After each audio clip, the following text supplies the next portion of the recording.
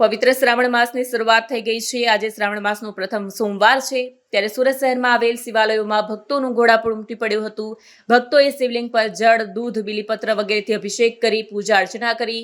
શિવાલયો હર હર મહાદેવના નાદ સાથે ગુંજી ઉઠ્યા હતા। ઈચ્છાનાથ મહાદેવ મંદિર ખાતે પોલીસ કમિશનર અનુપમસિંહ ગહેલોતે પણ પરિવાર સાથે પૂજા કરી। હિન્દુ ધર્મમાં ભારે મહાત્મ્ય ધરાવતા પવિત્ર શ્રાવણ માસની શરૂઆત થઈ ગઈ છે। આજે શ્રાવણ માસનો પ્રથમ સોમવાર હોય સુરતમાં આવેલા મંદિરોમાં ભક્તોનું ઘોડાપૂર જોવા મળ્યું।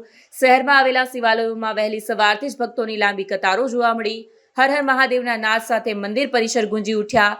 સુરતના ઓલપાડ સ્થિત સિદ્ધનાથ મહાદેવ, વરાછાના કર્મનાથ મહાદેવ મંદિર, કતારગામ સ્થિત કાંતારેશ્વર મહાદેવ, અડાજણ સ્થિત ગંગેશ્વર મહાદેવ, ડુમસ રોડ ઉપર આવેલા રૂંઢનાથ મહાદેવ, અથવા લાઇન સ્થિત ઈચ્છાનાથ મહાદેવ, પાલ સ્થિત અટલ આશ્રમ અને જહાંગીરપુરા સ્થિત આવેલ પ્રાચીન કુરુક્ષેત્ર સહિતના મંદિરોમાં ભક્તોનું ઘોડાપૂર ઉમટ્યું હતું। ભક્તોએ શિવલિંગ પર જળ, દૂધ, બીલીપત્ર વગેરેથી અભિષેક કરી પૂજા અર્ચના કરીને ધન્યતા અનુભવી હતી। ખૂબ જ સરસ પ્રશ્ન છે કે સોમવારની પૂજાથી આપણે ફળ શું પ્રાપ્ત થાય। અરે મિત્રો, શ્રાવણ માસ અટલ આશ્રમ પારદેશ્વર મહાદેવ મહંત શ્રી વટુગીરીજી સુરત પ્રથમ સોમવારની શ્રાવણના પ્રથમ સોમવારની દેશવાસીઓને સર્વ ભક્તોને શુભકામનાઓ। મિત્રો, જાણતા અજાણતા આપણે કોઈ પણ શિવાલયમાં જઈને આજે સોમવાર છે, આવતા સોમવારે પણ જઈ અને મહાદેવની આરાધના કરીએ। એક પુષ્પમ એક બિલ્લીપત્રમ એક લોટા જલ કે ધાર વો દયાલુ રીજ કે દેતે ચંદ્રમૌલી ફલ ચાર। ધર્મ અર્થ કામ અને મોક્ષ મળે એવું સરળ પદાર્થ હોય તો એ જલ, દૂધ, દહીં વગેરેથી અભિષેક કરીએ। ઓમ તત્પુરુષાય વિદ્મહે મહાદેવાય ધીમહિ તન્નો રુદ્રમ પ્રચોદયાત। ઓમ નમઃ વગેરે મંત્રોથી અભિષેક કરી શકાય છે, વસ્તુઓ અર્પણ કરી શકાય છે। શિવ છે કલ્યાણકારી દેવતા છે, શિવ છે અજન્મા દેવતા છે। આવો મિત્રો, આપણે ઘણીવાર વિચાર આવે કે શ્રાવણ માસ એટલે શું?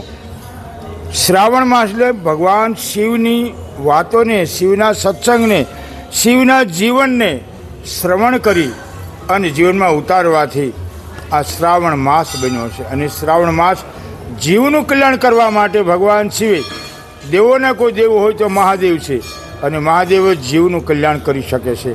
આવો આપણે પણ શ્રાવણ માસ નિમિત્તે ભગવાનને પ્રાર્થના કરીએ, આપણા જીવનમાં સુખ શાંતિ, સમૃદ્ધિ, આયુષ, આબાદી એવં પરિવારમાં સુખ શાંતિ વધે એવી મંગલ કામના સાથે સુરત પારદેશ્વર મહાદેવ મંદિર પૂજનમ સર્વ સિદ્ધિ લભતે। રાવણે કીધું છે કે પારદેશ્વર પૂજનમ સ્વર્ણ વર્ષા કરોંતિ। પારદ શિવલિંગની પૂજા અર્ચન કરવાથી એમ કહે છે કે સોનાનો વરસાદ। મિત્રો, સોનાનો વરસાદ એટલે કીર્તિ, યશ, માન, સન્માન અને સમાજમાં તમારી પ્રતિષ્ઠા વધે। આ માટે પારદ શિવલિંગના દર્શન જરૂરી છે અને પારદ શિવલિંગની પૂજા જ સર્વ જીવોનું કલ્યાણ કરનારી છે। પારદ શિવલિંગની સ્થાપના 2004માં થઈ છે કે 8માં, મને અત્યારે પૂરી, પણ એવું કહે છે કે પારદની પૂજા અર્ચના, જે 12 જ્યોતિર્લિંગની પૂજા અર્ચના દર્શન કરતા હોય એનાથી અધિક ફળ આપનારું હોય તે પારદ શિવલિંગ છે। શાસ્ત્રમાંનું ખૂબ જ મહાત્મય છે, કારણ કે પારદેશ્વર પૂજનમ સર્વ સિદ્ધિ લભતે, એમ કે છે એના દર્શન કરવાથી પણ સર્વ કાર્યની સિદ્ધિ થાય છે। આવો આપણે પણ શિવની આરાધના કરીએ।